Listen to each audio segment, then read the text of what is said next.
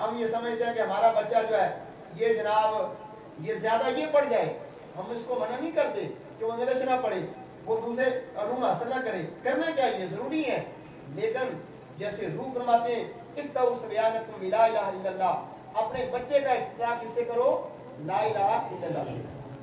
پھر اس کے بعد وہ فرماتے ہیں وَلَقِّنُوا مَوْتَاكُمْ بِلَا إِلَٰهَ إِلَّا اللَّهِ، جب تمہارا وہ بندہ جوان ہوا، بڑھاپے میں گیا اور پھر مرنے کے قریب چلا گیا، فرمایا وَلَقِّنُوا مَوْتَاكُمْ لَا إِلَٰهَ إِلَّا اللَّهِ، نبی علیہ السلام نے فرمایا کہ جب تمہارا وہ بچہ پھر مرنے کے قریب گیا، جوان ہوا، بوڑھا ہوا، مرنے کے قریب جائے تو فرمایا پھر بھی اس کو لا الہ کی تلقین کرو۔ پھر حضور علیہ السلام فرماتے ہیں شروع میں لا الہ، آخر میں لا الہ۔ پھر فرمایا ثم عاش الف سنۃ، اگر وہ 1000 سال تک بھی زندہ رہا، نبی علیہ السلام فرماتے ہیں کہ جس بچے کا افتتاح تم نے لا الہ سے کروا دیا، اس نے کلمہ پڑھ لیا اور پھر اسی لا الہ کے سائے میں، اس شجر اسلام کے سائے میں وہ زندگی بسر کرتا رہا اور ثم عاش الف سنۃ، 1000 سال بھی وہ زندہ رہا اور پھر آخری کلمہ اس کا لا الہ ہو گیا، تو نبی علیہ السلام فرماتے ہیں درمیان میں اگر اس سے کوئی سامانی اندر گناہ ہو گئے تو رب تعالیٰ قیامت کے دن اس بندے سے اس کے گناہوں کے بارے نہیں پوچھے گا۔ اب شروع میں لا الہ، آخر میں لا الہ کا کیا مقصد تھا؟ مقصد یہ تھا کہ بچے کی جب آنکھ کھلے اس کے کانوں میں کلمہ پڑھے، کلمے کی آواز آئے، وہ اپنے ماں کے پاس جائے ادھر سے کلمے کی آواز آئے، باپ کے پاس جائے کلمے کی آواز آئے۔ ہمارے کیا ہوتا ہے، ہمارے تو اللہ معاف کرے ایسا ماحول ہے، بچہ گھر میں ہے تو گانوں کی آواز ہے، گلی میں ہے گانوں کی آواز ہے، گاڑی میں ہے گانوں کی آواز ہے، یہی ہو رہا ہے نا ہمارے، اسی لیے تو ہمارے بچوں کی صحیح تربیت نہیں ہوتی۔ ہونا تو یہ چاہیے جیسے حضور فرماتے ہیں کہ بچہ مثلا گھر میں کبھی ماں کے پاس جاتا ہے، کبھی باپ کے پاس، کبھی بھائی کے پاس، بہن کے پاس، خالہ کے پاس، پھوپھی کے پاس، یہی لوگ اٹھاتے ہیں نا۔ اگر جس کے پاس بھی بچہ جائے، ابھی وہ باتیں زیادہ نہیں سیکھتا، تھوڑی تھوڑی باتیں سیکھ رہا ہے، تو میں یہ کہوں گا کہ ماں بھی لا الہ کی تلقین کرے، باپ بھی یہی تلقین کرے، پھوپھی بھی یہی کرے۔ جب گھر کے سارے افراد اس بچے کو یہ کہیں گے تو وہ بچے کا ذہن ابھی خالی ہے، اس ذہن میں یہ لا الہ کا کلمہ نقش ہو جائے گا، دنیا کی کوئی طاقت یہ کلمہ اس کے ذہن سے نہیں نکال سکتی۔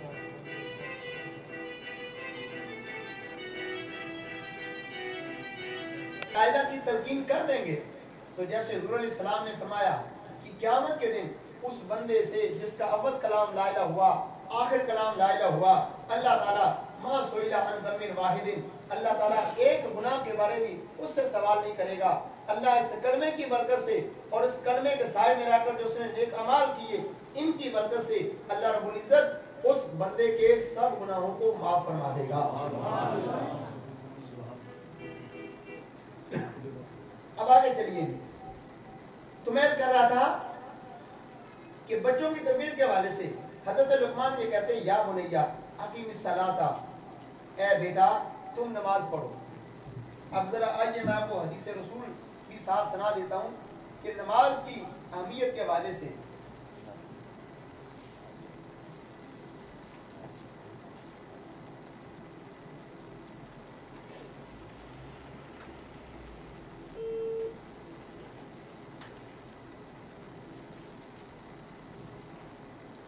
حضور نبی اکرم صلی اللہ علیہ وسلم سے روایت ہے، آپ نے ارشاد فرمایا مروا اولادکم بالصلاۃ وهم ابناء 7 سنین واضربوهم علیہا وهم ابناء 10 سنین وفرقوا بینهم فی المضاجع۔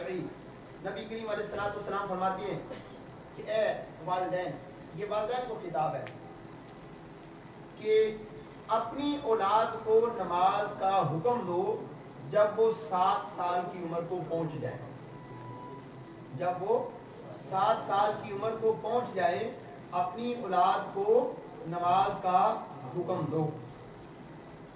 آگے فرمایا کہ وَضْرِبُوهُمْ، اور جب وہ 10 سال کے ہو جائیں نماز نہ پڑھیں تو انہیں مارو۔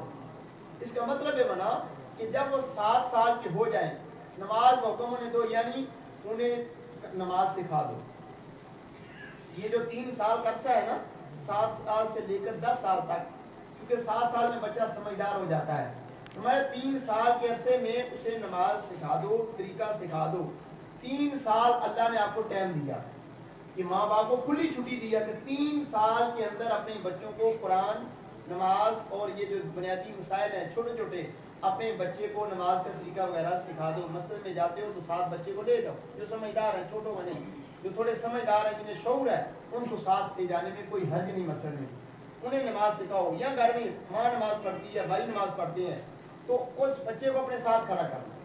3 سال تک اللہ کے رسول نے تمہیں ٹائم دیا ہے کہ تم 3 سال تک بچے کو تربیت کرتے رہو. جب اس کی عمر 10 سال ہو جائے تو میں وَضْرِبُوهُمْ, ان کو مارو. اب سوال یہاں یہ ہوتا ہے کہ جب بچہ 10 سال کا ہوتا ہے تو اگر کوئی گھر میں باپ مارنے لگے تو ماں کو ترس آ جاتا ہے. اگر بھائی کو مارنے لگے باپ کو ترس آ جاتا ہے, بھئی اس کو نہ مارو, یہ بچہ ہے. مجھے ذرا بتائیے, رسول اللہ علیہ السلام سے زیادہ کوئی رحم دل تھا؟ انہوں نے کیوں کہا کہ بچے کو مارو؟ اگر ماں کے دل میں بچے کی شفقت ہے تو 1000 ماں کی شفقت ایک طرف, نبی کریم علیہ السلام کی شفقت اس سے زیادہ ہے. مجھے ایک حدیث ذکر یاد آ گئی ہے کہ نبی کریم علیہ السلام نے ایک جنگ سے آپ تشریف لائے تو ایک عورت گرفتار ہوئی, کافر عورت تھی, اس کا بچہ بھی تھا, کچھ اور مرد بھی تھے. صحابہ کرام نے اس بچے کو پکڑا ہوا تھا, چھوٹا بچہ تھا. چونکہ رش تھا, وہ عورت کبھی ادھر بھاگ رہی تھی, کبھی ادھر بھاگ رہی تھی, کبھی ادھر بھاگ رہی تھی. تو نبی علیہ السلام نے فرمایا, میرے صحابہ دیکھتے اس عورت کی حالت کیا ہے؟ حضرت کہ حضور ہاں جی. فرمایا یہ عورت اپنے بچے کو ڈھونڈ رہی ہے. تو اتنے میں اس عورت کو بچہ دیا گیا. اس عورت نے بچے کو پکڑا, چوما, محبت کی, پیار کیا. نبی علیہ السلام یہ منظر دیکھ رہے تھے. آپ نے میرے صحابہ یہ بتاؤ, کیا یہ عورت اپنے اس بچے کو کیا آگ میں ڈالے گی؟ حضور یہ تو ہو ہی نہیں سکتا کہ یہ عورت اپنے بچے کو آگ میں ڈال دے. تو فرمایا میرے صحابہ ذرا یاد رکھنا, اس عورت کی محبت اللہ کی محبت کے سامنے کچھ بھی نہیں ہے, اس کی کوئی حیثیت ہی نہیں ہے. تو جب ایک ماں جس کی محبت اللہ کی محبت کے مقابلے کروڑوں حصہ بھی نہیں بنتی, فرمایا جب یہ ماں پسند نہیں کرتی کہ میرا بچہ آگ میں جلے, تو فرمایا اللہ بھی پسند نہیں کرتا اس کے بندے آگ میں جلے. اللہ بندوں کو ٹائم دیتا ہے, موقع دیتا ہے بار بار. بندے خود حد کراس کر کے جہنم کی طرف جاتے ہیں. اللہ تعالیٰ کا کوئی پروگرام نہیں ہوتا کہ اپنے بندے کو دوزخ میں ڈالے. تو اس لیے جو مائیں یا باپ گھر میں بچے کو 10 سال کی عمر میں مارنے سے روکیں, وہ ذرا غور کریں کہ وہ رسول اللہ علیہ السلام سے زیادہ رحم دل تو نہیں نا. تو نبی علیہ السلام فرماتے ہیں وَضْرِبُوهُمْ عَلَيْهَا, ان کو مارو. وہ نماز نہیں پڑھتے تو سیدنا امام اعظم ابو حنیفہ رضی اللہ تعالیٰ عنہ فرماتے ہیں کہ اس کو سمجھاؤ, نہیں باز آتا, بالغ ہو جاتا ہے, آپ فرماتے ہیں اس کو جیل میں ڈال دو. جب تک وہ توبہ کر کے نمازی نہیں بن جاتا, آپ فرماتے اس کو جیل سے نہ نکالا ہے. اور آگے فرمایا وَفَرِّقُوا بَيْنَهُمْ فِي الْمَضَاجِعِ, اور جب بچے اس عمر کو 10 سال کی عمر کو پہنچ جائیں تو فرمان کو ایک بستر پہ نہ سلاؤ. آگے محدثین نے لکھا ہے کہ بچی اور بچہ, بیٹی اور بیٹے دونوں کو اس عمر میں نہ سلاؤ. لیکن جیسے ہمارے ہاں آج فتنہ ہے, اس دور میں مسئلہ شرعی یہی ہے کہ 2 بچوں کو بھی اکٹھا نہ سلائیں. جو 10 سال کی عمر میں پہنچ جائے, نبی کریم علیہ السلام نے فرمایا ان کے بستر علیحدہ کر دو. اگر بچی ہے وہ اپنی ماں کے ساتھ سو جائے, بچہ ہے باپ کے ساتھ سو جائے, نہیں تو ان کے علیحدہ بستر کر دو. ان کو ایک بستر پہ نہ سلاؤ کیونکہ نبی علیہ السلام نے منع کر دیا. اب حضرت لقمان یہ کہتے ہیں یا بنیا, اے میرے بیٹے, اقیم الصلاۃ, نماز پڑھو, وامر بالمعروف, نیکی کا حکم دو, وانہا عن المنکر, اور لوگوں کو برائی سے روکو.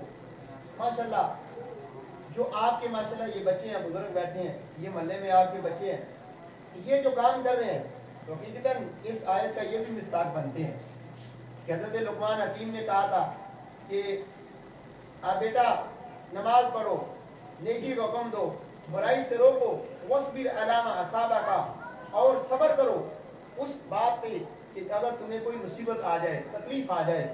ہو سکتا ہے دنیا کے معاملات میں, دین کے معاملات میں بڑی مشقت اٹھانا پڑتی ہے, لیکن میرے محترم جتنی آج دین سمجھنے میں آسانی ہے پہلے اتنی آسانی نہیں تھی. صحیح بخاری جلد اول میں حضور علیہ السلام کے ایک صحابی تھے حضرت عبداللہ بن انیس رضی اللہ تعالیٰ عنہما. انہوں نے 1 مہینے کا سفر کیا تھا ایک حدیث پاک سیکھنے کے لیے.